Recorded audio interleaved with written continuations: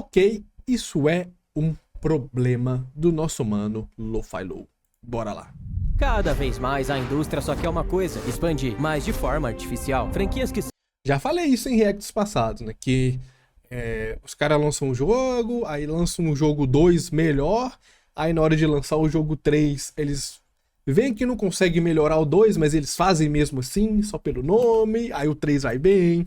Aí eles falam, aqui que tá um 4, se a gente fizesse um 4 aqui e um spin-off, aí a franquia vai virando uma bola de neve a ponto dela ficar ruim, tá ligado? Eu sou completamente contra a franquias gigantes demais. Que saem de suas propostas e tentam aquilo que não deveriam, tá se tornando comum. Universos que são explorados fora de franquias principais para tirar um dinheirinho a mais.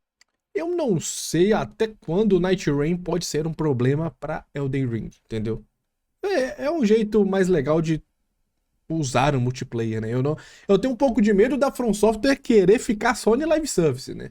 Mas eu acho que Night Rain é um bom modelo de como trazer uma franquia single player pro multiplayer, entendeu? Mas eu tenho medo da From Software se perder aí. A mais. Jogos usados como serviço contínuo, né? Live service, moedinhas, poupa-tempo, itens exclusivos, vantagens compráveis, um grande caça-níquel, elementos de RPG que inflam, como como que é loot box, tá ligado? Que eu odeio mecânica de loot box. Ramificações de diálogo, que em geral são fúteis, só servem pra você perder mais tempo. Um mapa gigante com progressão, com diferentes pontos pra ganhar XP ao longo desse mapa, porque sim, é pra você andar por ele todo e perder horas andando. Eles estão em...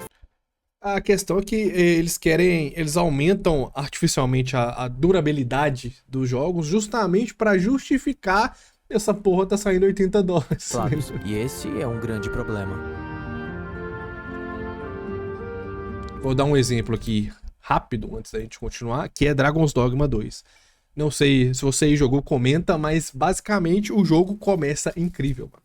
Cara, o início é foda, aí toda a expedição, né, que você faz ali junto com a galera pra chegar em Vayneworth, né, que é a cidade principal, e quando você chega em Vayneworth e conhece o Brent, que é um capitão lá do exército lá de Vayneworth, né, da guarda real, não lembro direito. Cara, as missões com o Brent é muito foda, e você explora a floresta, e vai, muito foda. Aí chega um momento que o Brent fala aqui, ó, tá tudo resolvido aqui, você tem que ir lá pra Bakbatal. Aí você vai, a ida pra Bakbatal é legal e tal, mas aí quando você chega lá, as missões, o nível de missão já cai muito, tá ligado? Já perde muita graça e começa a virar só arrastado, fica arrastado. Parece que o que a Capcom fez ali de Bakbatal pra frente foi só inflar mais ainda o jogo pra você gastar mais tempo. Igual eu platinei Dragon's Dogma 2 com 140 horas, pô, joguei muito tempo. Igual eu falei, a mecânica é boa, isso que me prendeu, mas é questão de história e fica arrastado. E eu platinei também porque eu paguei R$400 naquela porra, eu vou platinar essa merda. Mas é aquela, mano, o jogo ele começa e a curva pro êxtase, tá ligado? Vai lá na puta que pariu, e depois que chega em Bakbatal ele se perde, entendeu?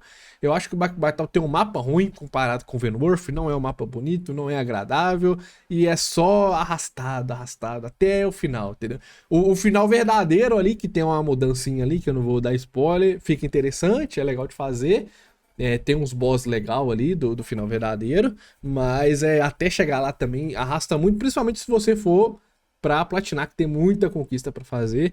Então eu acho que estenderam, né, esticaram muito artificialmente Dragon's Dogma 2, que era pra ser um jogo nota 9, mas pra mim ele é 8, entendeu? Tipo, ele faz força pra ser 8, tá ligado? E é uma pena justamente por causa dessa esticada de tempo que esses caras insistem em fazer. Infelizmente, nos últimos anos, muitos jogos estão inflados, e em boa parte são aqueles que utilizam de elementos de RPG, e por uma razão muito simples. Em um RPG você adiciona um mapa imenso, porque a exploração é um quesito essencial. Em um RPG é através dela, da exploração, que você evolui, porque explorando você acha loot, explorando você encontra sidequests, locais secretos e ainda ganha XP, e com a Não, isso é bom, mas tem que ser bem feito. XP, você melhora seus atributos, cria suas builds e por aí vai. O problema é quando isso é usado em jogos que não são RPGs, que originalmente e evidentemente são ação e aventura e usam esses elementos para parecerem maiores do que deveriam ser, chamando a sua atenção, brilhando em seus olhos para algo que não é realmente o que você esperava. Mas essa não é a única forma de desesperar. Mas hoje eu já sou contra. Por exemplo, se eu entro num jogo RPG, eu abro o mapa e tem 500 ícones brilhando igual Assassin's Creed Valhalla, eu já dou uma brochada, tá ligado? Não. Porque não tem como ser orgânico essa quantidade de coisa pra fazer. É artificial. Até certo ponto vai ser divertido. Vou dar um exemplo aqui agora de Hogwarts Legacy com as provas de Merlin. Que tipo... Você faz a primeira, você resolve o primeiro puzzle, você fala, foda. Você faz o segundo, foda. Você faz o terceiro, foda. Só que a partir do momento que repete o puzzle, igual, tem o puzzle que você tem que usar incêndio pra pegar fogo no negocinho e descer. No próximo que você chega e tem que usar incêndio de novo, você fala, ah tá, incêndio. Aí no terceiro que você fala, cara, de novo, que merda, tá ligado? Aí são 94 provas de Merlin no mapa inteiro pra você fazer, tá ligado?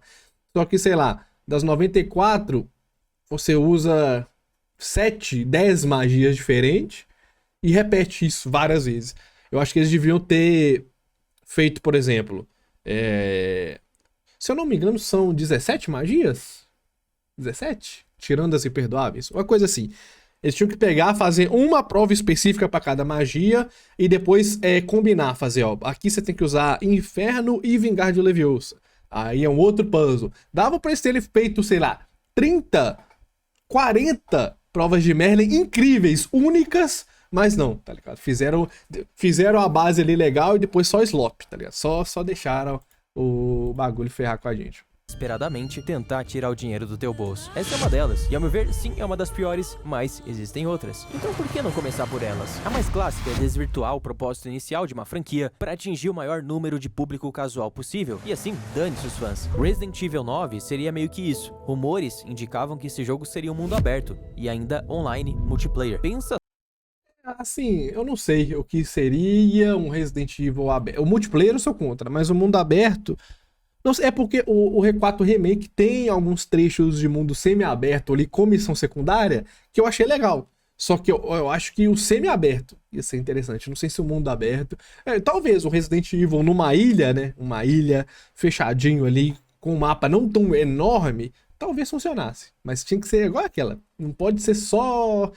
por ser grande, entendeu? Tem que ser muito bem feito pra funcionar. Pensa só como seria bom, só que não, né? Ainda bem que isso só ficou no pensamento, porque, né, eu acho que ninguém queria isso. E como isso daí não aconteceu, eu fui atrás de um exemplo que se concretizou. No caso, Dirt. Dirt era uma franquia conhecida por ser um simulador de rally. Ao longo dos anos, a série se consolidou como uma referência nesse nicho. Então, a EA comprou a Codemasters e criou seu próprio WRC.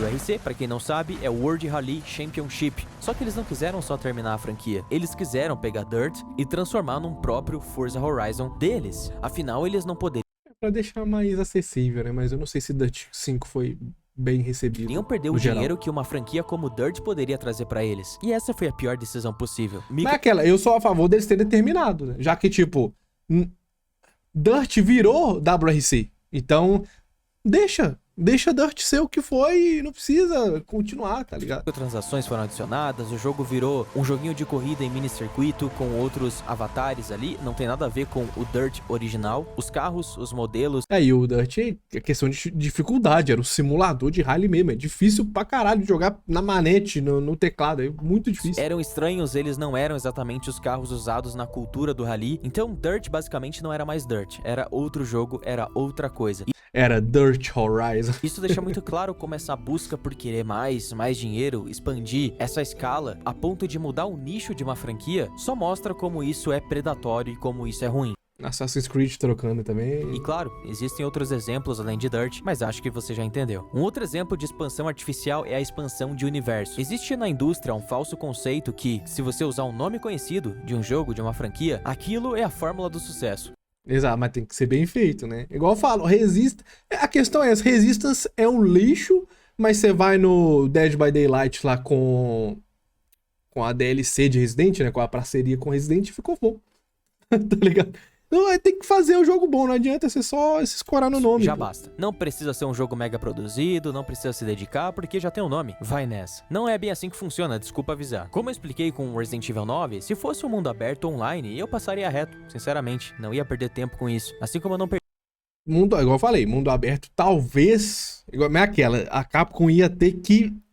Caralho, eles iam ter que fazer o melhor jogo da vida deles pra isso funcionar, mas multiplayer, não começa, não inventa. Com Umbrella Corps. Porém, esse é um outro método clássico que as empresas utilizam para explorar comercialmente um universo que já deveria ter ou acabado, ou deveria ter ficado na própria franquia principal. Eu acho que o exemplo mais tosco que eu poderia dar aqui é Rainbow Six Extraction, da Ubisoft. É exatamente isso que eu tô falando. Você tem uma franquia que tá fazendo muito sucesso, pega o universo dessa franquia, o nome dessa franquia, enfim, e transforma aquilo em uma outra coisa nada a ver com nada, só pra tentar extrair o deu bem ruim, né, o Extraction. máximo de dinheiro possível. E é claro que não deu certo, né? Mas fica pior, porque nem sempre essa expansão de universo Nossa, caralho, o Lo-Fi Lo só tá trazendo desgraça. leva o nome da franquia principal. E isso porque a ideia inicial nem era fazer com que aquilo fosse daquele universo, mas foi classificado assim pra você achar que vale a pena dar uma chance pra aquilo. Um exemplo é Suicide Squad. As pessoas não estavam muito afim de Suicide Squad, não tava interessando muito, então saiu ali a notícia de que Aí, ao invés deles não fazerem o jogo, eles preferem vacaiar com o Batman esse Arkham, jogo faria parte do universo Arkham. Pô, peraí, então calma aí. Eu adoro o Batman Arkham, então isso daqui vai ser incrível. É uma pegadinha, literalmente. São estratégias predatórias e sorrateiras que não se importam nem com o nome daquela franquia, nem com o legado dela, só saem utilizando aí o nome, o universo, sem pudor nenhum, pra tentar empurrar algo que ninguém quer. E sinceramente, eu nem entendo por que eles fazem isso. Venderia muito mais um jogo do Flash isolado fora do universo Arkham do que um Suicide Squad dentro do universo Arkham. Exato. Nem sempre o fato de um jogo estar atrelado a um universo X ou Y significa que ele vai ser bom, e esse foi um exemplo claríssimo. Só que isso cada vez mais fica claro que não funciona. As pessoas não são burras, elas notam esse tipo de coisa. Só que nem sempre também isso é ruim. Existem bons exemplos que respeitam o nome da franquia e respeitam aquele universo. É porque quando ele trouxe esse exemplo no começo, eu achei que ele ia tentar fazer alguma crítica e tal, mas não, de fato, o Night Rain soube fazer, né? From Software, né? Um deles é Elden Ring Night Rain. Quando eu vi pela primeira vez, eu confesso que o que eu pensei foi, pra quê? Pra que fazer isso? Deixa Elden Ring em paz. Faz uma sequência aí, eu não quero online, que isso? Mas quando lançou, eu não vi nada abominável. Pelo contrário, quem é amante da From Software, é claro que nem todo mundo, realmente gostou desse jogo. Mas isso porque a obra original foi respeitada. Mas não dá pra dizer o mesmo de Metal Gear Solid. Eu queria saber como é que tá Night Rain hoje em dia. Como é que tá a base de players, né? Se eles conseguem manter isso aí como um live service. Ou Resident Evil Resistance, e muito menos dessa roupa aí que você tá usando. Então, ó, vem cá, compra. Lá vem Insider. Vamos achar... Cara, é impressionante o como o Lo-Fi Lo parece com o Jureg das lives do Cross, e ao mesmo tempo os dois me lembram o Gus que faz vídeo com o My Conquista. Eu não sei se é só eu que acho muito igual, mano. Deixa eu... Olha lá, rapaziada. Cupom... Você pode obter... Cadê o cupom, porra? % off. Então é isso. Vai lá, aproveita. É tua... Pô, tava ali, ó, aqui, ó, em cima. Aqui, ó, cupom Lo-Fi Lo, 15% off. Vai lá. Você pode obter até 50% off. Então é isso. Vai lá, aproveita. É tua chance.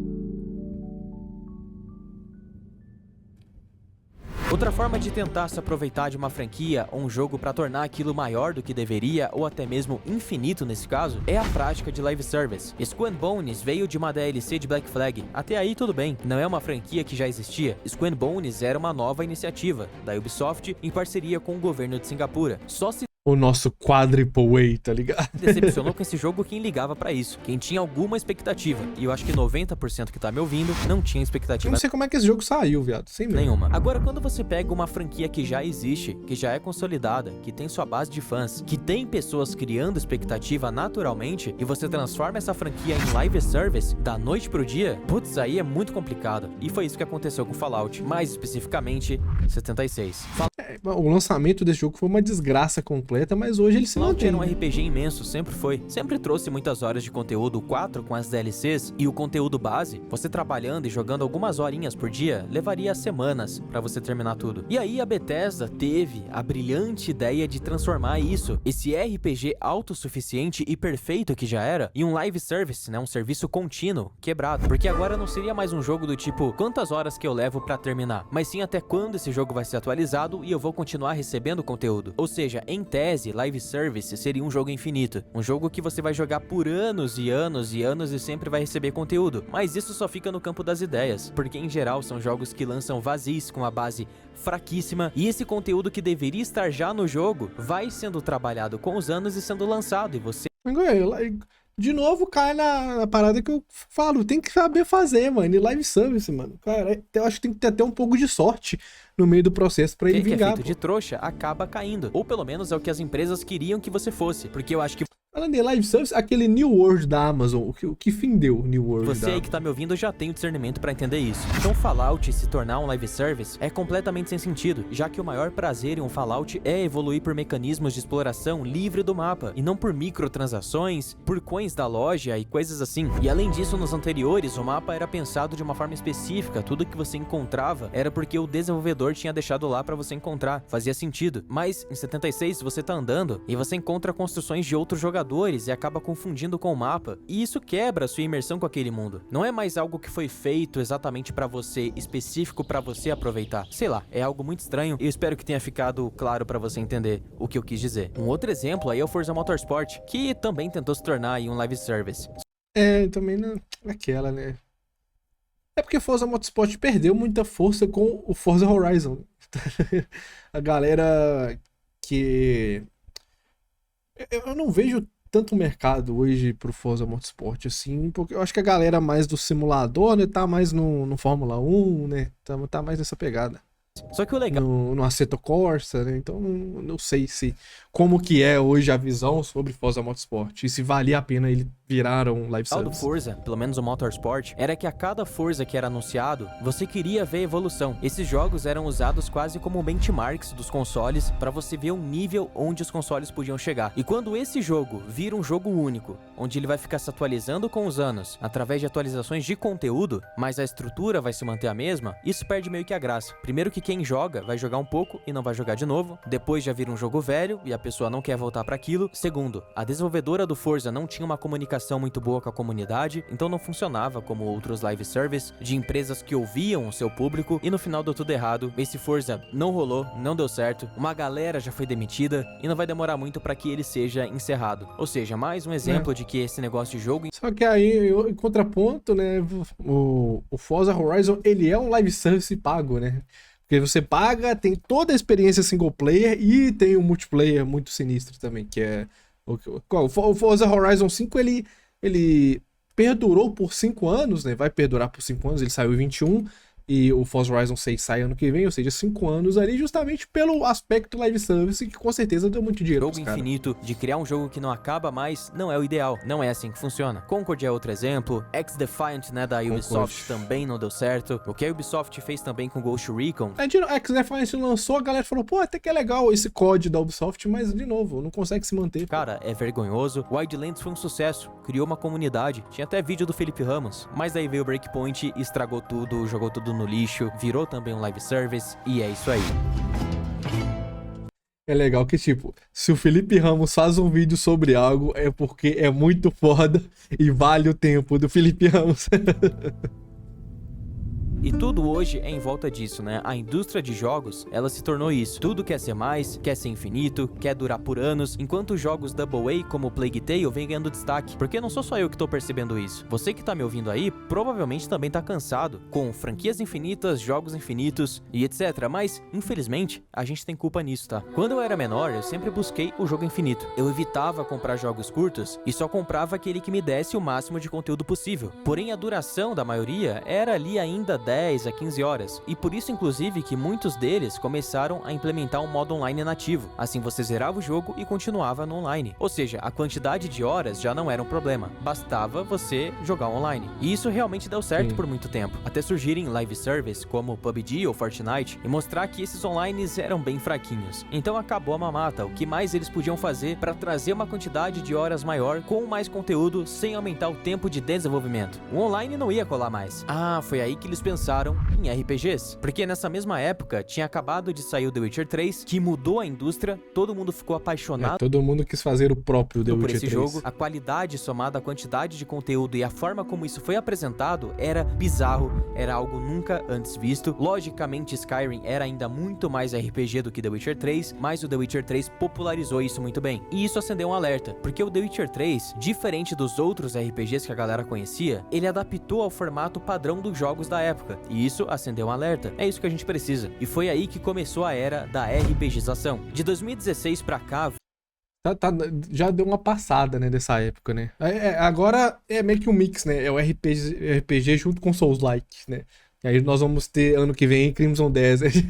Mas eu acho que vai ser bom. Franquias que não eram RPG passaram a usar elementos de RPG. Outras viraram RPG de fato. E novas franquias ainda surgiram nesse nicho. E de repente RPG tava em tudo que é lugar. O próprio Mafia Mas é normal, isso é normal. Toda vez que dá um boom aí de alguma coisa, a galera quer surfar no 3, hype. que não tem nada a ver com RPG, começou a utilizar elementos RPG, e foi por isso, inclusive, que a galera odiou esse jogo. Nossa, mas como assim o Mafia utilizou elementos RPG? Pois é, esse jogo tinha um sistema de progressão através dos bairros que você conquistava e recebia habilidades únicas por desbloquear esses bairros. Além disso, tinham diálogos no clássico estilo RPG, só que sem as escolhas narrativas, e justamente o motivo de o RPG ter esse tipo de diálogo é por conta das escolhas narrativas, mas Exato. eles usaram isso pra encher de conversas fúteis e inúteis, com NPCs que te dão tarefas, vai lá, faz aquilo, faz isso, e no final ficou muito claro que eles usaram ali alguns elementos RPG pra tentar aumentar o tempo do jogo e realmente deu certo. Sabe por quê? Sabe como que a gente tem a prova cabal disso? Mafia 3 tem 2 horas e meia de história mais ou menos, só que o jogo leva 22 horas pra ser finalizado. Mafia 1 tem 2 horas e meia de história também, só que ele leva 10 horas. Ou seja, Mafia 3 leva o dobro do tempo pra ser finalizado com a mesma quantidade de história.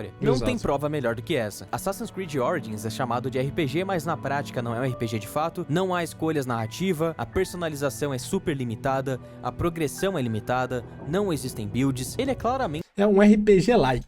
uma ação e aventura de mundo aberto com elementos RPG, e não um RPG E é um bom jogo, tá? Não consigo não gostar desse é jogo. incomparável a Baldur's Só que é aquele problema, ele é bem esticado pra quem quer explorar tudo e os caralho. Entendeu? Gate, a Skyrim, a Fallout, a The Witcher. Além dele sofrer com o problema de levelização que tem nos Assassin's Creed RPG, que, pô, eu sou nível 10, tenho um guarda nível 20. Eu pulo literalmente do telhado da maldade e caio com a faca no pescoço dele e ele não morre só porque ele é nível acima. Aí consertaram isso já, né? Mas no Origins e no Odyssey isso é um problema. Witcher, não dá pra comparar. Então por que ele é definido como RPG? Pelo mesmo motivo de vários outros jogos que são intitulados assim, como Dying Light 2 e Horizon. Horizon não tem nem escolha narrativa. Não dá pra você criar build, não dá pra você fazer inúmeras coisas que um RPG de verdade permite você fazer. E nitidamente Pô, e build, cara, RPG sem build já tira muita coisa, né, mano? Uma das coisas que eu mais gosto no Clair Obscur é build, pô. esses jogos utilizam essa nomenclatura de RPG para parecerem maiores do que são, porque no final das contas eles usam sim elementos RPG, possuem elementos RPG neles, mas é para inflar a quantidade de horas. Com um mapa gigante para você explorar para lá e para cá para pegar XP e evoluir, as missões te colocam um ponto lá em cima e depois lá embaixo do mapa para você ficar andando igual um maluco, diálogos extremamente fúteis que Isso pra mim já me cansou também, esses mapas que ficam apontando, vem aqui é o objetivo, clique aqui, vem aqui que você tem que vir, caralho. Não gosto mais também às vezes dessa acabam durando exposição. 10 minutos com um NPC de algo que nem tem a ver com a história. Você fica perguntando sobre a vida do cara, sobre o que ele fez, sobre pra onde que você tem que ir, sobre como que é o lugar onde você foi designado aí, sobre a história de um NPC. E são coisas tão fúteis que vão aumentando a quantidade de horas daquele jogo, que chega em Dying Light 2, você tem até 500 horas pra finalizar a quantidade total de conteúdo do jogo. E conteúdos entre muitas aspas, porque a maior parte do tempo vai ser você fazendo coisas fúteis, andando pra lá e pra cá, e tendo conversas que você não tem o mínimo de... O meu problema é repetitivo, né? Tipo, leve madeira até enjoar. Aí depois, leve ferro até entupir. E repete.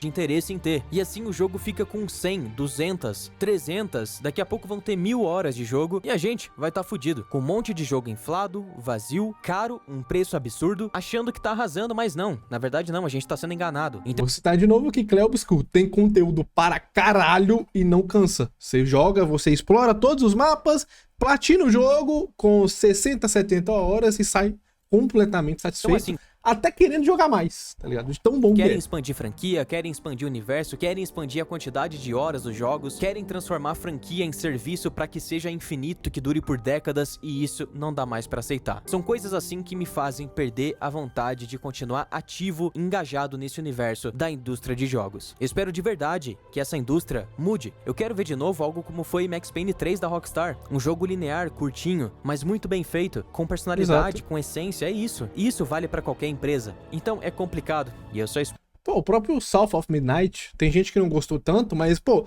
linear, curtinho. Eu acho que eu platinei com 22 horas, tá ligado?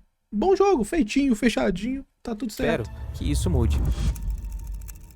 Mais uma produção inacreditavelmente boa do nosso mano Lo-Fi Low.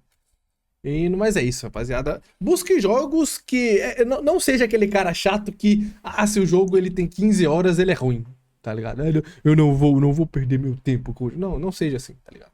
Procure jogos bons, independente do tempo, e que a indústria melhore. A gente tem casos, né? Igual é normal hoje em dia, ainda mais que a indústria de games tá tão grande, que o meta seja isso, né? Seja os slop aí de várias horas. Mas a questão é você conhecer e saber garimpar as exceções, né? Esse ano, pra mim, por exemplo, foi South of Midnight, Clair Obscur, Moonlighter, que eu joguei também, é um jogo antigo, mas peguei pra jogar. Curtinho, belezinha. E é isso, tá ligado? Você tem que gostar do que está fazendo. Você não pode deixar as Big Tech mandarem você e falar, esse é o padrão, agora você tem que gastar 400 horas neste jogo. Não precisa. Assiste jogos bons e aproveite a vida gamer, porque videogame é bom demais.